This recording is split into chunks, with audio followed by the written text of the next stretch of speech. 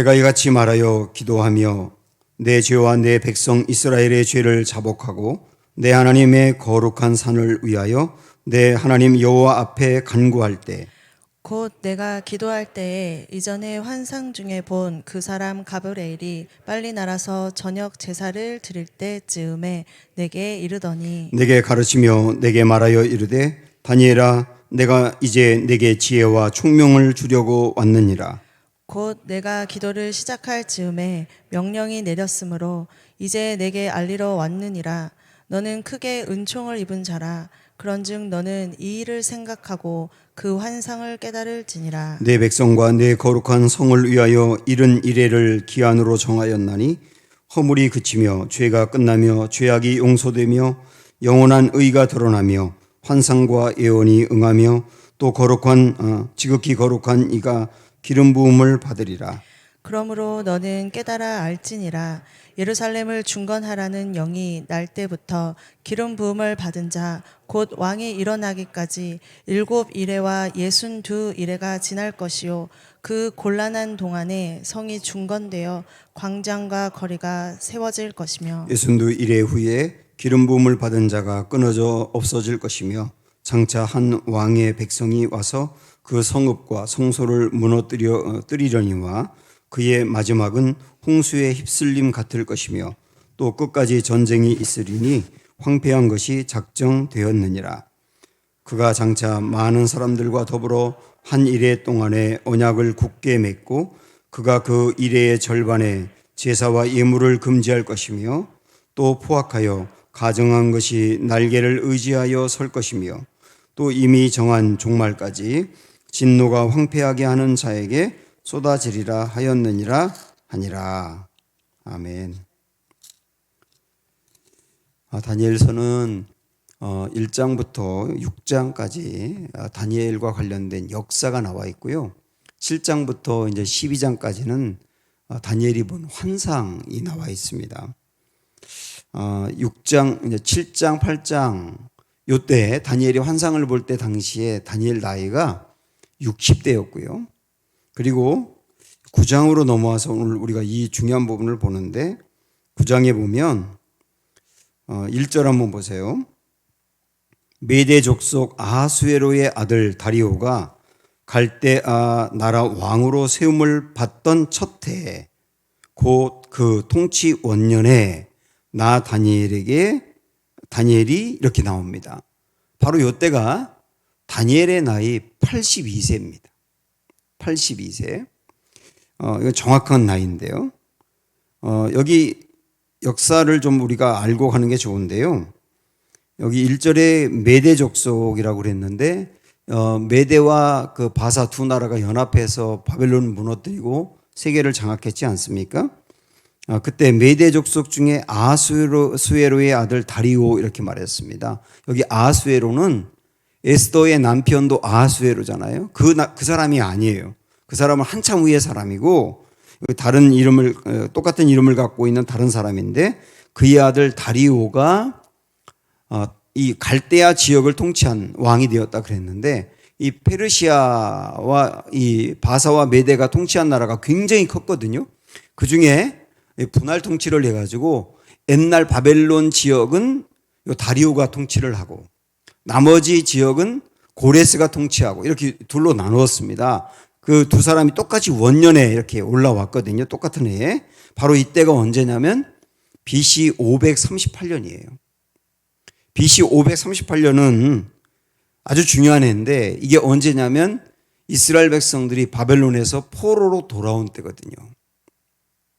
1차 포로에서 예루살렘으로 귀환하여 복귀한 이때가 BC 538년입니다. 바로 그때를 얘기하는 겁니다. 그때 다니엘이 하나님의 환상을 보았다 이렇게 나오는 거거든요. 자, 이걸 보면서 다니엘은 15살 나이에 포로로 끌려갔어요. 그리고 지금 나이가 82세입니다. 몇 년이 지났습니까? 67년이 지났죠. 그래서 원래 70년이 지나면 돌아온다 그랬는데 정확하게는 다니엘이 끌려간 605년, BC 605년에서 돌아온 BC 538년 그 기간이 67년이거든요. 그러니까 67년이 지난 거예요. 그런데 다니엘의 믿음은 늘 변함이 없습니다. 참 귀하더라고요. 지난주에도 잠깐 이 부분을 말씀드렸지만 15살 그 10대 때 포로로 끌려가서도 뜻을 정하여 먹을 것부터 구별하고 철저히 믿음을 지켰던 이 사람이 그 뒤에 수많은 여러 과정을 거치면서 정치 무대에서 최고의 자리까지 올라가고 그리고 나이가 82세가 되었는데도 그 믿음은 여전히 변함이 없다고요. 참 부럽지 않습니까? 사람들이 보통 한때 신앙이 뜨거웠는데 시간이 지나면서 이게 신앙이 예전 같지가 않은 경우가 상당히 많거든요. 10대 때, 20대 때가 제일 뜨겁고요. 사실 여기 신앙생활하고 있는 10대, 20대들도 이때 뜨겁지 않으면 30, 40대 뜨겁기가 쉽지가 않아요. 제일 뜨거워야 될 때가 10대, 20대거든요. 그러다가 결혼하고 30대, 40대가 되면 대화하는 게 주로 자녀 교육을 얘기합니다. 10대, 20대 때는 비전을 얘기하는데 자녀 교육을 얘기하다가 50대가 되면 건강 얘기하다가 60대가 되면 노후 얘기하더라고요. 관심이 달라지게 되는데 그런데 어떤 사람들은 보면 나이가 70대, 80대가 되었는데도 비전을 보고 환상을 보고 하나님의 일을 말하고 그 옛날 가졌던 그 뜨거운 신앙이 여전히 유지가 되어서 몸에 에너지는 떨어졌을지 몰라도 하나님을 향한 그 마음은 변치 않는 걸 보거든요. 그런 사람이 다니엘이었다고 볼 수 있습니다. 우리가 굉장히 소망해야 될 부분이죠. 히브리서 10장에 보면 이런 말씀이 있어요. 나의 의인은 믿음으로 말미암아 살리라 한 다음에 또한 뒤로 물러가면 내 마음이 그를 기뻐하지 아니하리라. 하나님이 그러시는 거예요.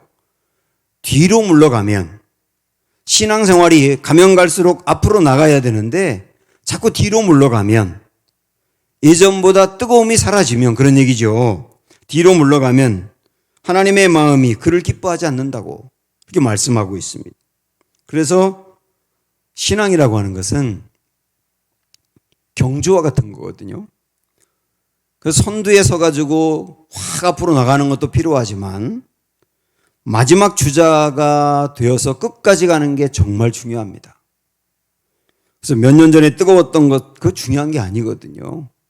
지금 내가 성령 충만한가가 중요한 거예요. 자전거가 계속 굴러가려면 방법은 딱 하나입니다. 계속 페달을 밟아야 됩니다.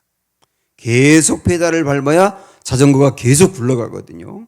우리 신앙생활도 어떤 때는 오르막이 있기도 하고 어떤 때는 내리막이 있기도 하고 어떤 때는 지금 출발한 분들도 있고 어떤 분은 상당히 멀리 간 분들도 있지만 늘 누구에게나 똑같아야 될 것은 계속 페달을 밟아야 된다. 이런 소망을 보면서 80대가 된 다니엘도 67년 동안 그 믿음 유지해가는 이 아름다운 영성 우리가 소망할 수 있지 않겠는가 하는 거예요. 이렇게 82세에 그가 이제 환상을 보게 되는데 그때 다니엘이 우리 2절 말씀을 보면 굉장히 중요한 것을 이제 알게 됩니다. 2절 보세요. 곧 그 통치 원년에 나 다니엘이 책을 통해 여호와께서 말씀으로 선지자 에레미야에게 알려주신 그 연수를 깨달았나니 곧 예루살렘의 황폐함이 70년 만에 그치리라 하신 것이니라. 82세 때 책을 통하여 이걸 본 겁니다. 이게 무슨 말씀인지 아시죠? 하나님이 예레미야 선지자를 통해서 유다가 바벨론의 포로가 되지만 70년이 지나면 돌아온다. 그렇게 예언을 했지 않습니까? 그게 이제 예레미야 25장에도 나오고 29장에도 나오는데 굉장히 중요한 예언을 받은 거예요. 그거를 어느 책에 기록을 해놨는데 아마 다니엘이 포로로 끌려가고 난 뒤에 예레미야가 그 예언을 받았기 때문에 그걸 몰랐었나 봐요. 그러다가 어떤 우연한 계기로 무슨 책을 봤는데 그 책에 바로 예레미야가 받았던 예언이 적혀 있는 것을 본 겁니다. 이것을 보고 계산을 해보니까 3년이 남은 거거든요. 3년. 70년이 되려면 3년이 남은 거예요. 야, 이 날이 다가왔구나. 우리 하나님이 70년 만에 돌아온다고 하는 바로 그때가 얼마 안 남았구나 하는 걸 이때 깨달은 겁니다. 그러면 이때 무엇을 해야 될까요? 우리 하나님이 약속한 날이 3년이 남았어요. 사실은 3년도 아니고 2해에 이루어지거든요. 근데 이걸 깨달았단 말이에요. 야, 우리 민족이 돌아가겠구나. 회복이 되겠구나. 3년 남았구나. 그럼 이때 무엇을 해야 되느냐고. 다니엘은 무엇을 했나요? 보십시오 한번. 3절 보면 내가 금식하며 베옷을 입고 죄를 덮어쓰고 주 하나님께 기도하며 간구하기를 결심하고 그 다음에 기도가 나옵니다. 여기서 여러분 생각을 해보셔야 돼요.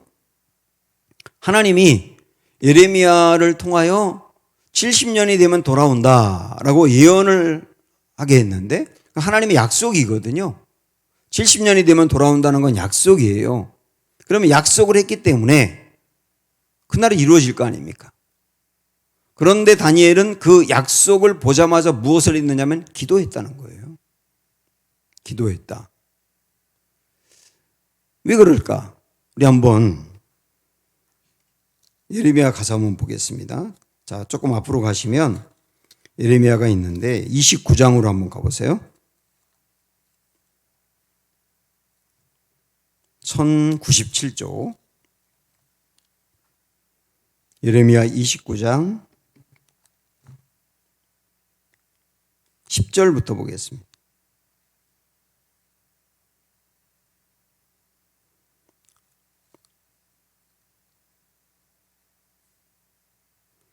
(10절부터) 여호와께서 이와 같이 말씀하시니라. 바벨론에서 70년이 차면 내가 너희를 돌보고 나의 선한 말을 너희에게 성취하여 너희를 이곳으로 돌아오게 하리라. 약속하셨죠? 11절 여호와의 말씀이니라. 너희를 향한 나의 생각을 내가 아나니 평안이요 재앙이 아니니라. 너희에게 미래와 희망을 주는 것이니라. 너희 포로로 끌려가서 바벨론에서 사는 것은 재앙이 아니야. 희망이야. 70년 만에 돌아올 거야. 그러니까 이 10절과 11절은 뭐냐면 약속이에요. 약속. 하나님의 약속. 그런데 그 다음에 12절을 보세요. 한번 13절까지 보겠습니다. 그러면서 하나님 뭐라고 말씀하셨느냐면 약속한 다음에 너희가 내게 부르짖으며 내게 와서 기도하면 내가 너희들의 기도를 들을 것이요 너희가 온 마음으로 나를 구하면 나를 찾을 것이요 나를 만나리라. 여러분 이 말씀을 잘 한번 보십시오. 분명히 하나님은 70년 만에 돌아올 거다라고 약속을 하셨는데 약속한 다음에 그 다음 뭐라고 하셨느냐면 부르짖으라 그래요. 부르짖으면 그 약속을 들어줄게 그랬단 말이에요. 물론 이 부르짖으면 들어줄게라고 해서 반드시 조건이라고 할 수는 없어요. 조건이라고 하면 우리가 기도한 조건 때문에 하나님이 들어주시는 거가 돼서 기도가 공로가 되거든요. 하나님은 내가 기도해서 들어주는 건 아니에요. 그러나 여기서 알 수 있는 건 뭐냐면 하나님은 약속하시고 약속하시면 이루시지만 우리가 기도하기를 원하신다는 거예요. 그걸 하나님이 기뻐하신다는 거예요. 그게 하나님이 일하시는 방법이라는 거예요. 그래서 다니엘은 이걸 깨달았던 겁니다. 아, 하나님의 약속이 있더라도 부르짖어야 되는 거구나. 기도해야 되는 거구나. 그래서 다니엘은 기도로 들어가게 된 거거든요.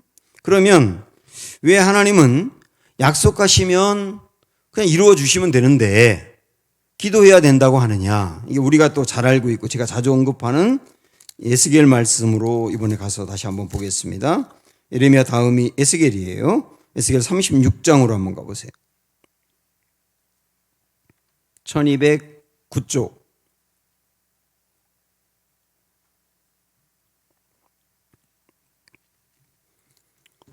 에스겔 36장 펴놓으시고요. 여러분 아시지만 이스라엘 백성들이 바벨론의 포로가 되고 유다 백성들이 포로가 된 다음에 회복에 대해서 유다가 회복될 거에 대해서 3명의 예언자들이 예언을 했습니다. 예레미야는 조금 아까 본 것처럼 70년 만에 돌아올 거다 이 예언을 했고 다니엘은 앞으로 세계 역사가 어떻게 흘러갈지에 대해서 그 대서사시를 쓰는 것처럼 그 세계사의 그 앞으로의 흐름을 쭉 얘기했단 말이죠. 그러면서 이제 거기에 유다가 회복될 걸 말씀했고, 에스겔 같은 경우는 무너져 있는, 이미 무너진 성전이 회복될 거다. 성전의 회복을 얘기함으로 유다의 회복을 얘기했습니다. 그 성전이 회복된다는 것을 이제 이야기하고 그 성전과 함께 나라가 회복될 걸 말하는 장면이 지금 우리가 보려고 하는 36장이거든요. 33절부터 보십시오. 한번. 주 여호와께서 이같이 말씀하셨느니라. 내가 너희를 모든 죄악에서 정결하게 하는 날에 성읍들의 사람들이 거주하게 하며 황폐한 것이 건축되게 할 것인즉. 이게 무슨 말이에요? 포로에서 돌아온다는 얘기죠. 돌아온다는 걸 이렇게 표현하고 있죠. 전에는 지나가는 자의 눈에 황폐하게 보이던 그 황폐한 땅이 장차 경작이 될지라. 사람이 이르기를 이 땅이 황폐하더니 이제는 에덴 동산같이 되었고 황량하고 적막하고 무너진 성읍들의 성벽과 주민이 있다 하리니. 다 회복이 되어서 사람들이 활발하게 살고 농사를 지을 거라 그 얘기지요. 36절에 너희 사방에 남은 이방 사람이 나 여호와가 무너진 곳을 건축하며 황폐한 자리에 심은 줄을 알리라. 그 다음에 아마 이 말씀이 여러분 성경에 밑줄이 그어져 있을 겁니다. 나 여호와가 말하였으니 이루리라. 이렇게 말씀하셨어요. 나 여호와가 말하였으니 이루리라. 이건 뭘 이루겠다는 거냐면 내가 유다 백성들이 돌아온다고 약속한 거 이룰 거야. 그 얘기예요. 내가 얘기했기 때문에 이룰 거야. 그런데 그 다음에 37절 보시면 주 여호와께서 이같이 말씀하셨느니라. 그래도 이스라엘 족속이 이같이 자기들에게 이루어 주기를 내게 구하여야 할지라. 그렇게 말씀하셨어요. 그래도 내게 구하여야 할지라. 나 약속하면 이룰 거야. 그래도 구해야 돼. 이렇게 말씀한 거잖아요. 내가 그들의 수요를 양떼같이 많아지게 하되 제사 드릴 양떼 곧 예루살렘이 정한 절기의 양무리같이 황폐한 성읍을 사람의 때로 채우리라. 내가 약속한 대로 또 이룰 거야 분명히. 그 다음에 마지막에 이렇게 말씀했어요. 38절 끝에 보면 그리한즉 그들이 나를 여호와인 줄 알리라 그랬습니다. 우리 분명히 이제 정리할 수 있습니다. 하나님은 약속하시면 이루신다고 했거든요. 그런데 그래도 기도하라고 했거든요. 왜 기도하라고 한 거냐? 약속한 걸 붙들고 기도한 다음에 하나님이 응답을 해 주셨을 때 그걸 통하여 하나님을 알게 된다는 거예요. 하나님을 알게 된다. 하나님을 알게 된다는 말은 하나님을 경험하게 된다는 얘기죠. 기도 응답 받음으로 하나님을 경험하게 되고 하나님을 경험함으로 믿음이 성장하게 되는 거예요. 기도를 안 하고도 받을 수 있어요. 그런데 기도를 안 하고 받으면 사람의 마음이 교만해서 내가 잘나서 받은 줄 알고 운이 좋아서 받은 줄 알고 하나님이 주었다는 생각을 잘 못해요. 그런데 기도하고 받으면 하나님이 줬다는 걸 분명히 알아요. 그래서 기도하고 받은 다음에 믿음이 좋아지는 거예요. 어떤 사람은 응답을 받았는데 믿음이 안 좋아지는 경우도 있습니다. 그래서 하나님은 우리에게 주시는 것도 중요하지만 그걸 통하여 하나님을 알고 경험하고 성장하는 것도 중요하기 때문에 기도하라고 한 거다. 이게 우리가 분명히 예레미야와 에스겔 말씀을 통해서 알 수가 있습니다. 그래서 우리에게도 하나님 개인적으로 약속을 하면서 주시겠다고 하신 부분이 있고요. 우리 마음이 간절히 소망이 생기는 부분도 있는데 이 말씀은 확실히 정리할 수 있습니다. 약속하셨지만 그래도 구하라고 했다. 그래서 기도해야 한다. 이렇게 정리할 수 있습니다. 자, 다시 오늘 말씀으로 가서 다니엘은 와, 우리 민족 회복되겠구나. 정말 중요한 순간인 걸 알았거든요. 이제 3년이 지나면 회복되겠구나. 지금 굉장히 중요한 때구나. 이걸 알았어요. 그래서 다니엘이 기도에 들어간 건데 이 기도 다시 한번 3절 보시면 어떻게 기도하느냐면 내가 금식하며 베옷을 입고 죄를 덮어쓰고 주 하나님께 기도하며 간구하기를 결심하고 그리고 이제 길게 기도하는 내용이 나오거든요. 여기서 우리는 한번 이런 생각을 한번 해보면 좋겠어요. 한번 따라해 보세요. 특별한 시즌에는, 특별한 시즌, 특별한 때 얘기하는 겁니다. 특별한 시즌에는 특별한 기도가 필요하다는 거예요. 응? 특별한 기도가 필요하다. 다니엘은 우리가 지난주에도 6장 말씀을 통해서 본 것처럼 하루에 늘 3번씩 시간을 정해놓고 기도하는 사람이었어요. 기도를 절대 쉬는 분이 아니었고 작정하고 그 시간을 늘 기도했거든요. 무슨 일이 있어도. 그런데 그렇게 기도해 왔지만 지금 이때가 굉장히 특별한 시즌이라는 걸 안 거예요. 우리 민족이 회복될 굉장히 중요한 시기라는 걸 안 겁니다. 이때는 특별한 기도에 들어간단 말이죠. 이것도 우리에게 굉장히 필요하다고 하는 겁니다. 특별한 기도라는 게 뭡니까? 일상적인 기도가 있어요. 일상적인 기도는 우리가 매일매일 하는 기도입니다. 시간을 정해놓고 하는 분들, 뭐 새벽에 나와서 기도하기도 하고 아니면 집에서 기도하기도 하고 지금 많은 분들이 기도하고 있어요. 우리 지금 1만 시간 기도 작정하고 기도하고 있는데 저도 쭉 이제 목장 보고서를 보면서 꽤 기도를 많이 하고 여러분들이 다 같이 기도하고 있고 다음 세대도 기도하고 있구나. 굉장히 흡족하고 좋습니다. 기대가 되고. 이런 기도가 일상적인 기도라고요. 그런데 특별한 시즌에는 특별한 기도가 필요하다. 금식하며 기도한다든지 철야 기도한다든지 전적인 어떤 기도에 완전 집중한다든지 뭐 이런 게 필요하다라고 하는 걸 말씀해 주고 있는 겁니다. 물론 이런 특별한 기도도 일상적인 기도를 해오던 분들이 주로 하게 됩니다. 정말 특별한 기도가 필요한 순간에 기도를 그냥 멈추고 있던 분들은 그 기도를 시작하는 것도 쉽지가 않아요. 어쨌든 우리가 이 특별한 시즌에는 어떤 것들이 있느냐면 내 인생에 위기가 찾아왔을 때입니다. 이게 특별한 시즌이거든요. 특별한 기도가 필요한 거예요. 역대하 말씀을 보면 아사왕 이야기가 나오는데 아사가 왕으로 있을 때 이 유다가 전쟁이 일어나는데 구스 사람들이 무려 100만 명이 쳐들어와요. 저는 이 숫자가 진짜 맞는지 의구심이 들 정도로 그 고대 그 전쟁에 100만 명이 쳐들어왔다는 건 이건 정말 셀 수 없는 수거든요. 어마어마하게 쳐들어온 겁니다. 도저히 이길 수가 없어요. 그때 아사는 하나님께 어떻게 기도하느냐면 역대하 14장 11절을 한번 보실까요?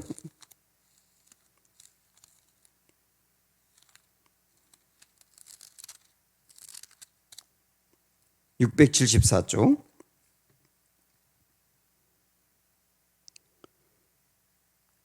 아사가 이렇게 기도합니다. 전쟁에 딱 맞서기 위해서 전열을 갖춘 다음에 10절 끝에 보면 그렇게 했죠. 전열을 갖춘 다음에 아사가 그의 하나님 여호와께 부르짖어 이르되 여호와여 힘이 강한 자와 약한 자 사이에는 주밖에 도와줄 이가 없사오니 우리 하나님 여호와여 우리를 도우소서. 우리가 주를 의지하오며 주의 이름을 의탁하옵고 이 많은 무리를 치러 왔나이다. 여호와여 주는 우리 하나님이시오니 원하건대 사람이 주를 이기지 못하게 하옵소서. 온 군인들을 전열을 갖춘 다음에 거기서 전적으로 기도하지 않습니까? 이 특별한 기도예요. 이런 기도가 필요하다는 겁니다. 자, 또 하나 이번엔 20장으로 조금 뒤로 넘겨보세요. 이번엔 여호사밧 이야기인데요. 여호사밧 왕 때에도 세 나라 연합군이 쳐들어와서 이 유다를 공격한 적이 있습니다. 그때 여호사밧은 온 백성에게 전부 다 우리 금식하자. 아주 특별한 기도 기간을 선포한 겁니다. 전부 다 금식하자. 모두 다 금식하자. 그리고 온 백성을 모아놓고 그들에게 이제 기도하는 내용을 한번 보십시오. 그들을 대상 모아놓고 하나님께 기도하는 내용이 12절이거든요. 역대하 20장 12절. 우리 하나님이여 그들을 징벌하지 아니하시나이까 우리를 치러 오는 이 큰 무리를 우리가 대적할 능력이 없고 어떻게 할 줄도 알지 못하옵고 문제를 만났는데 대적할 능력도 없고 어떻게 할지도 몰라요. 우리도 살아가다 보면 그럴 때가 있지 않습니까? 우리가 위기를 만났는데 우리의 힘으로 뭐 어떻게 그 위기를 벗어날 길도 없고 너무 이게 막막한 문제여가지고 어떻게 해야 될지 모를 때가 있어요. 그때거든요, 지금. 그때 뭐라고 하느냐면 오직 주만 바라보나이다. 그러면서 13절에 유다 모든 사람들이 그들의 아내와 자녀와 어린이와 더불어 여호와 앞에 섰더라. 온 백성들이 아이들까지 다 데리고 나와가지고 전적으로 하나님께 특별한 기도를 드리지 않습니까? 이런 기도가 특별한 기간에는 필요하다라고 하는 겁니다. 공동체가 위기를 만나면 공동체가 다 같이 기도하는 거예요. 교회가 만약에 뭐 어떤 어려움이 생겼다? 그러면 그때는 모여서 토론할 게 아니라 그때는 전적으로 모여서 특별 기도를 하는 거예요. 우리 인생에 위기를 만나면 특별 기도가 필요하다. 자, 또 특별한 시즌에는 뭐가 있을까요? 특별한 변화가 있을 때가 특별한 시즌인 겁니다. 결혼을 한다든지 뭐 이사를 한다든지 뭐 입학을 한다든지 직장을 들어간다든지 이런 중요한 문제는 변화잖아요. 우리 인생의 변화. 이런 변화가 있을 때 특별한 기도를 해야 한다. 우리 예수님도 제자들을 12명을 고르기 전에 철야 기도를 하셨거든요. 앞으로 이 제자들과 함께 그들을 훈련시켜서 주님의 일을 감당하게 할 건데 그 중요한 변화가 있을 때 우리 주님은 철야 기도를 하셨다고요. 안디옥 교회는 그 교회에서 바나바와 바울을 선교사로 파송할 때 온 교인들이 금식한 다음에 파송을 합니다. 그러니까 교회든 개인이든 가정이든 중요한 어떤 변화가 있을 때 특별 기도가 필요하다. 또 특별한 시즌에 뭐가 있습니까? 질병에 걸렸을 때입니다. 나의 가족이 질병에 걸렸을 때 이게 특별한 시즌이지 않습니까? 특별한 기도가 필요한 거예요. 히스기야 보세요. 그 몸이 죽을 병에 걸렸을 때 얼굴빛을 벽으로 향하여 전적으로 다 내려놓고 오직 기도에 들어가지 않습니까? 하나님이 살려주잖아요. 바울이 그에게 질병이 찾아왔을 때 고쳐주시기를 하루 3번씩 간구했다고 나옵니다. 여기 간구했다는 그 단어가 그냥 기도했다는 정도가 아니라 내가 할 수 있는 모든 것을 모아 드리는 기도를 간구라고 하거든요. 거기서 이런 기도를 바울은 드린 겁니다. 우리 인생에도 갑자기 내게 질병이 찾아왔다. 이게 굉장히 중요한 문제이고 심각한 위기지 않습니까? 특별한 시즌이잖아요. 특별한 기도가 필요한 거예요. 내가 할 수 있는 것이 아무것도 없고 하나님이 역사해 주셔야만 늘 상황을 만날 때도 있습니다. 그럴 때 내 힘으로 뭐 도저히 안 된다. 하나님이 해 주셔야만 된다 하는 상황이 우리 인생에 왔을 때도 특별한 기도가 필요하다. 여러분 아시겠죠? 일상적으로 하는 기도도 중요하지만 특별한 시즌에는 특별한 기도가 있어야 된다. 여러분 적용하시면 됩니다. 자, 이렇게 다니엘은 특별한 기도에 들어가는데 이제 4절부터 19절까지가 기도의 내용입니다. 다니엘은 이런 기도를 드려요. 중보 회개.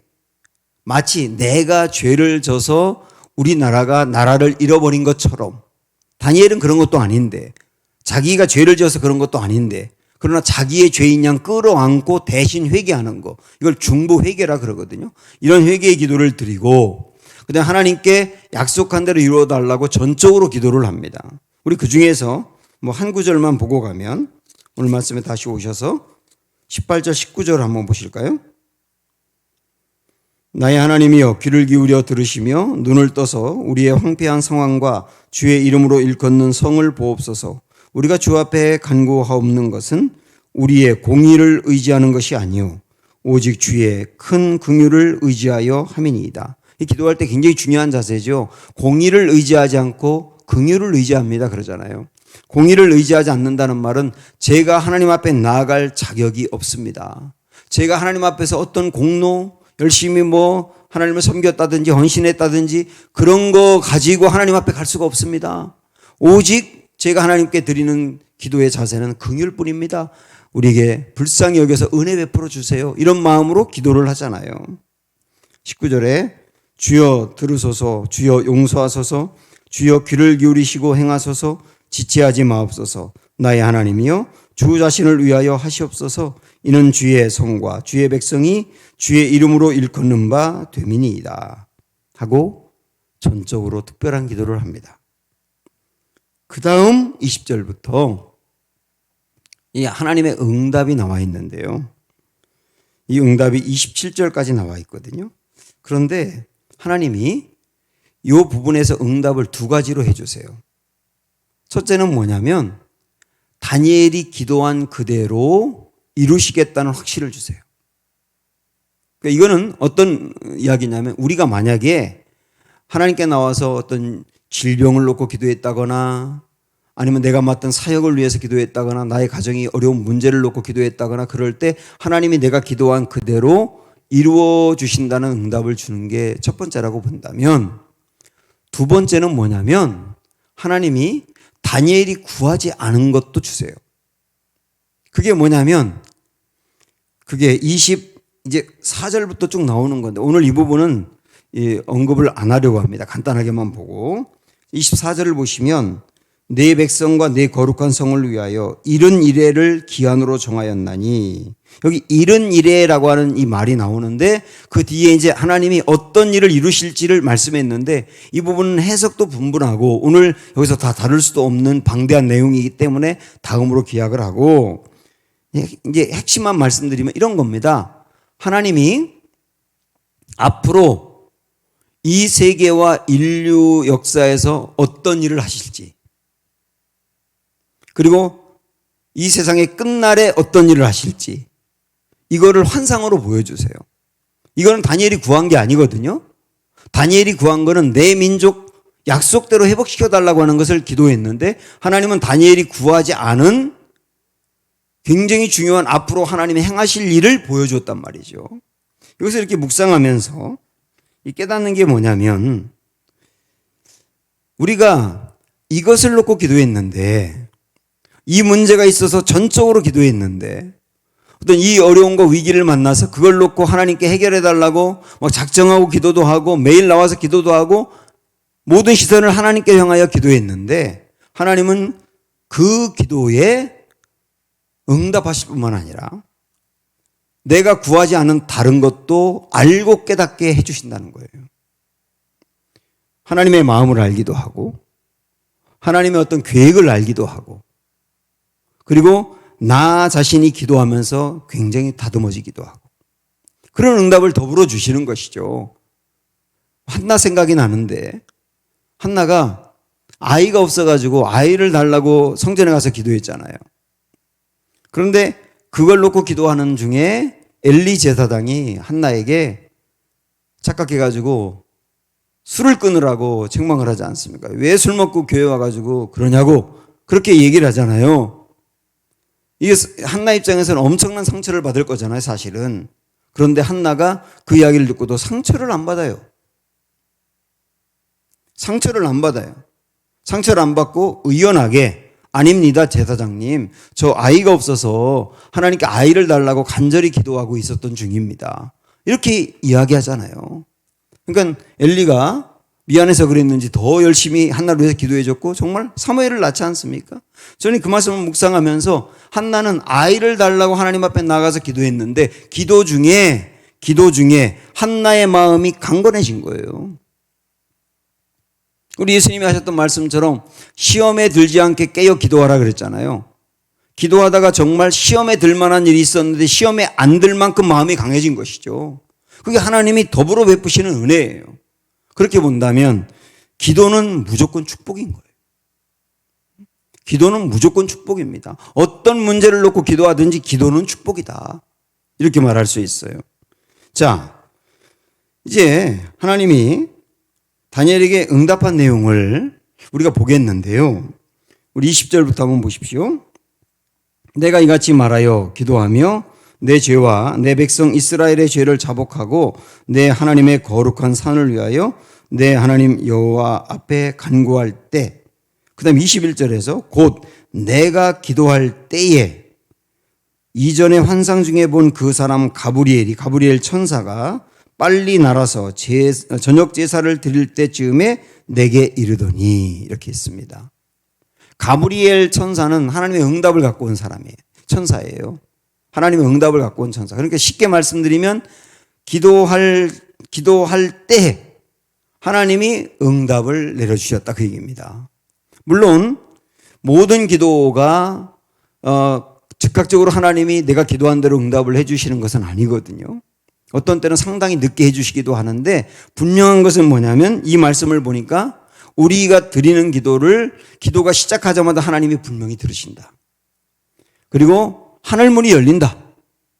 하늘문이 열린다. 그 기도의 응답의 내용은 어떨지 몰라도 우리가 기도할 때 반드시 하나님이 들으시고 하늘문이 열린다 하는 것을 알 수 있거든요. 이 부분을 23절에서는 더 명확히 강조합니다. 보세요. 23절 다 같이 볼까요? 시작. 곧 네가 기도를 시작할 즈음에 명령이 내렸으므로 이제 내게 알리러 왔느니라. 너는 크게 은총을 입은 자라. 그런즉 너는 이 일을 생각하고 그 환상을 깨달을지니라. 그랬지 않습니까? 내가 기도를 시작할 즈음에 이렇게 했어요. 하나님이 내게 명령을 내리셔서 내가 왔다. 이러지 않습니까? 그러니까 우리가 기도를 시작할 그때, 기도를 시작하자마자 하나님이 이미 그때부터 천사를 보내서 하나님이 일하기 시작했다는 거예요. 그럼 이 말씀 믿으세요? 내가 기도를 시작할 때 하나님이 일하기 시작한다. 이게 말씀해 주고 있지 않습니까? 우리는 그런 마음을 가지고 기도를 하셔야 되는 거예요. 응답에 대한 확신, 하나님이 일하신다는 확신, 기도가 이렇게 하나님의 마음을 움직인다는 확신. 그래서 아까 봤던 여호사밧의 기도 있었잖아요. 주만 바라본다고 했던 그 기도에서도 여호사밧이 기도하고 백성들을 다 모아놓고 하나님을 신뢰하라고 이야기하고 그 다음에 찬양하는 성가대원들을 맨 앞에 세운 다음에 그들이 찬양하고 뒤에 병사들이 따라가게 해요. 전쟁터로 가는데. 근데 그 맨 앞에 서 있는 성가대원들이 찬양하면서 하나님을 찬양하고 감사했다고 나와요. 하나님을 찬양하고 감사했다. 그런데 그 다음에 역대하 20장 22절 그냥 들어보세요. 거기 뭐라고 되어 있느냐면 노래와 찬송이 시작될 때에 여호와께서 복병을 두셔서 이렇게 나오거든요. 노래와 찬송이 시작될 때에 이것도 기도죠. 일종의 하나님 하실 거에 대해서 높이는 노래와 찬송이 시작될 때 여호와 하나님이 일하기 시작했다는 거예요. 이게 기도입니다. 여러분 이 기도를 믿음으로 붙들고 해보십시오. 소망이 생기게 돼요. 기도하면서. 하나만 더 말씀드리면 우리 지금 좀 아까 읽었던 23절 거기에서 내게 알리러 왔느니라. 그 다음에 보세요. 너는 크게 은총을 입은 자라. 이렇게 말씀했어요. 너는 크게 은총을 입은 자라. 우리 이 말씀을 이렇게 해석하면 어떨까요? 기도할 때 하나님이 우리에게 말씀하시는 거예요. 우리가 기도할 때 너는 크게 은총을 입은 자다. 기도하는 너는 크게 은총을 입은 자다. 기도하는 그 시간에 하나님의 은총이 크게 임한다. 이렇게 해석해도 되지 않습니까? 이게 기도다 라고 하는 것을 오늘 아시면서 오늘 들으신 이 말씀 붙들고 오늘도 기도하고 앞으로 기도할 수 있는 더 그 동기와 마음이 여러분에게 생겼으면 좋겠습니다. 이게 기도입니다. 자, 우리 이 마음 품고 한번 찬양할까요? 내 이름 아시죠?